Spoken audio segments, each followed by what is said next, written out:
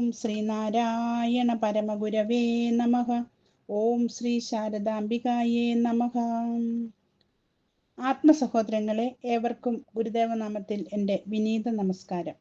തീർത്ഥാടന പാഥേയം ഭാഗം 4. ശിവഗിരി തീർത്ഥാടനം ഒരു ജീവിത പാഠം.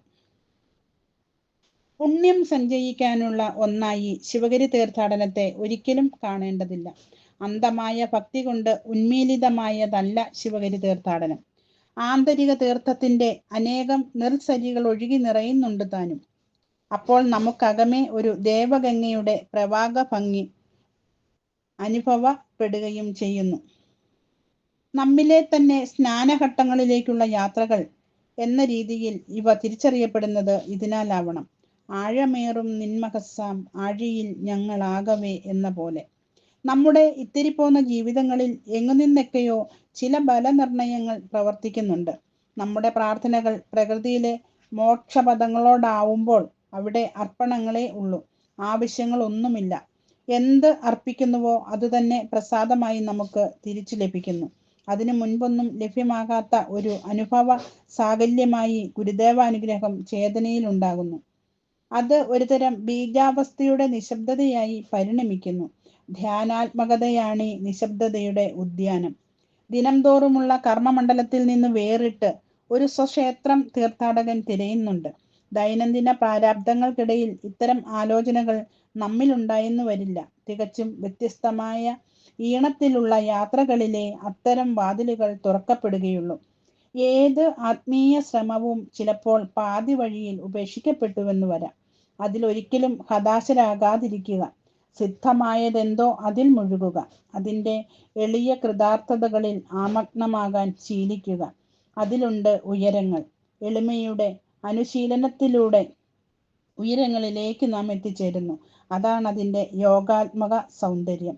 ആത്മീയ ആലോചനകളുടെ നിരന്തരമായ നവീകരണമാണ് ഗുരുദേവന്റെ ദാർശനിക ലോകത്തിൽ നിറയെ കാണാൻ കഴിയുന്നത്. വിസ്മൃതിയിൽ നിന്ന് സ്മൃതിയിലേക്ക് വരുന്നതാണ് തീർത്ഥാടനം. ഭക്തി വിസ്മൃതിയുടെ അന്തരാളങ്ങളിലേക്ക് പോകുമ്പോഴാണ് അത് അന്തമാകുന്നത്. അല്ലാത്തപ്പോഴത് നിരഞ്ജനമായ പ്രേമമാണ്, സമ്പൂർണമായ ഉണർവാണ്, സ്മൃതിയുടെ അടയാത്ത നേത്രമാണ്. ശിവഗിരി തീർത്ഥാടകന്റെ ജീവകേന്ദ്രം ധ്യാനാത്മകതയുടെ ഉണർവാണ്. അത് പുത്തനുഷസ്സുകളുടെ ഹൃദയ ചാരുതയാണ്. തീർത്ഥാടന കാലത്തെ ഏറ്റവും മനോഹരമായ അനുഭവം അതാണ്. മനമലർ കൊയ്തു മഹേശ പൂജ ചെയ്യലാണത്. പുലർച്ചെയുള്ള ഗുരുദേവകൃതികളുടെ പാരായണമാണ് തീർത്ഥാടനത്തിന്റെ സാധന.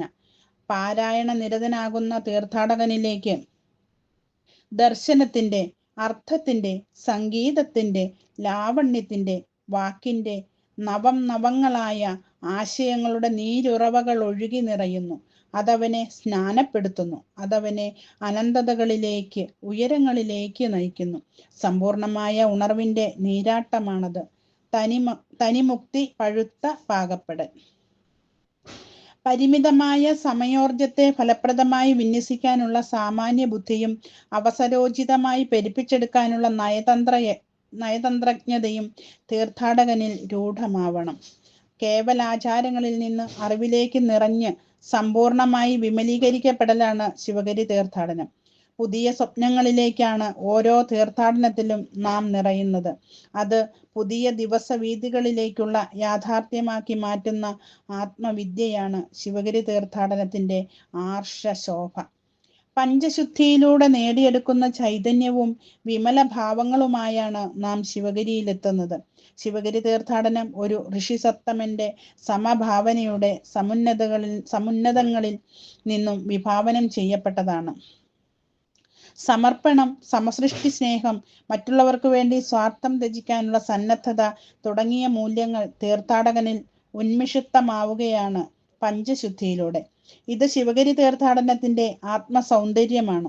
സ്വാർത്ഥമൊഴിഞ്ഞ് വിശുദ്ധമായ മനസ്സകങ്ങളിലെ പരമാർത്ഥമായ ഗുരുകാരുണ്യം പുണ്യതീർത്ഥമായി ഒഴുകിയെത്തു.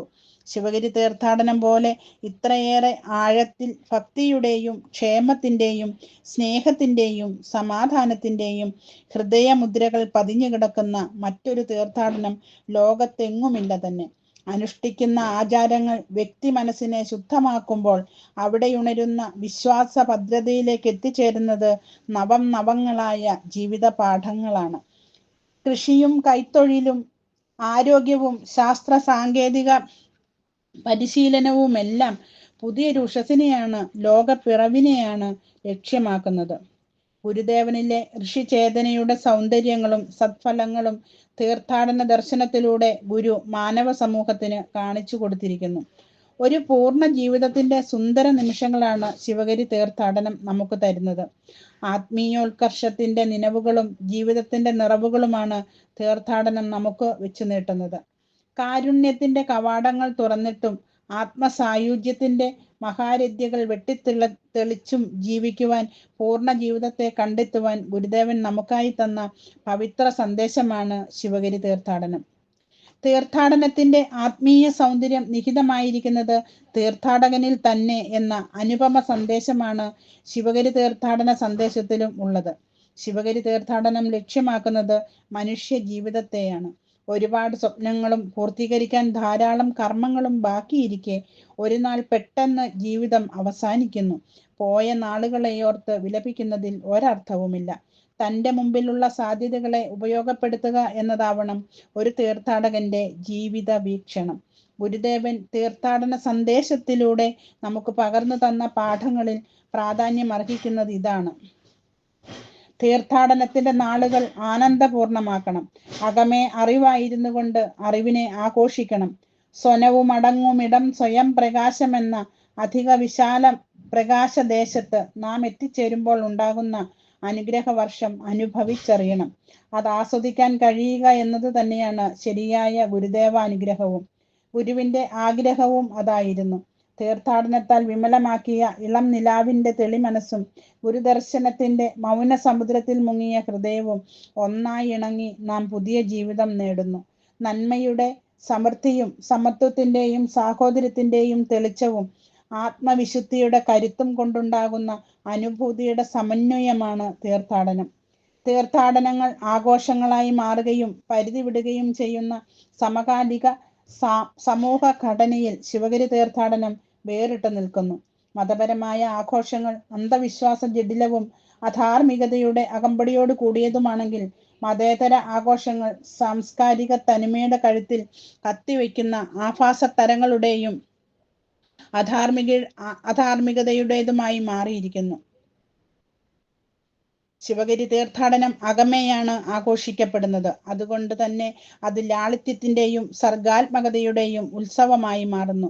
ലളിതമെങ്കിലും ശക്തമായ പഞ്ചശുദ്ധിയുടെ ആചരണ നാളുകളിൽ വന്നുപോയേക്കാവുന്ന കുറവുകളും പോരായ്മകളും പരിഹരിച്ച് ആത്മശുദ്ധിയുടെ പൂർണ്ണത ഉറപ്പുവരുത്തുവാൻ നാം ശ്രദ്ധിക്കണം. സമൂഹത്തിന്റെ വർത്തമാന പരിസരം ആശങ്കകൾ നിറഞ്ഞതാണ്.